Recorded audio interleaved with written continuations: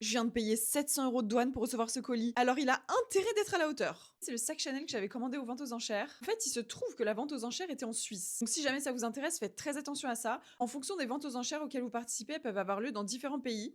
Et si l'objet pour lequel vous enchérissez est dans un pays qui n'est pas dans la zone euro, prévoyez du budget supplémentaire pour le transport et pour les frais de douane. Donc là, il s'avère que j'ai payé 2700 € le sac environ. Ensuite, j'ai dû payer un transporteur pour le faire livrer de Suisse jusqu'à chez moi. Et ça, c'était environ 140 €. Et ensuite, j'ai dû payer du coup 700 et quelques de frais de douane. Donc finalement, on passe d'une enchère à 2700 € à un prix total de 3700 si mes calculs sont bons. Donc là, vous allez me dire, mais c'est cher pour un sac aux ventes aux enchères. Est-ce que c'est vrai que je vous ai dit qu'on pouvait acheter des choses à des prix dérisoires? Oui, je maintiens ce que j'ai dit, sauf que là, c'est un sac particulier. En fait, il a une histoire qui fait que je l'ai payé un petit peu plus cher qu'un sac Chanel classique aux enchères. Je vous garantis qu'il est très spécial et qu'il méritait ce prix. Mais ça, je vous raconterai plus tard quand je l'ouvrirai. Sachant que j'ai fait un petit pari avec le destin, parce qu'en fait, je pourrais dire qu'il vaut son prix uniquement quand j'aurai vu son état, parce qu'en fait, il faut vraiment qu'il soit dans un très bon état. D'après l'examen par la personne responsable, oui, il est en très bon état. Mais bon, c'est mon premier achat sur les ventes aux enchères, donc j'avoue, je sais pas trop à quoi m'attendre. Imaginez, je l'ouvre, il est pas dans le même état que sur les photos. Alors là, je me serais fait avoir et ce sera plus du tout une bonne affaire. Mais en fait, mon trait toxique, c'est que quand quelque chose me stresse, bah je le fais pas. Du coup, là, je procrastine pour l'ouvrir alors que j'ai déjà reçu depuis plusieurs jours. Mais en fait, je vais en vacances demain soir, donc soit je l'ouvre aujourd'hui, soit je l'ouvre demain matin. J'ai peur.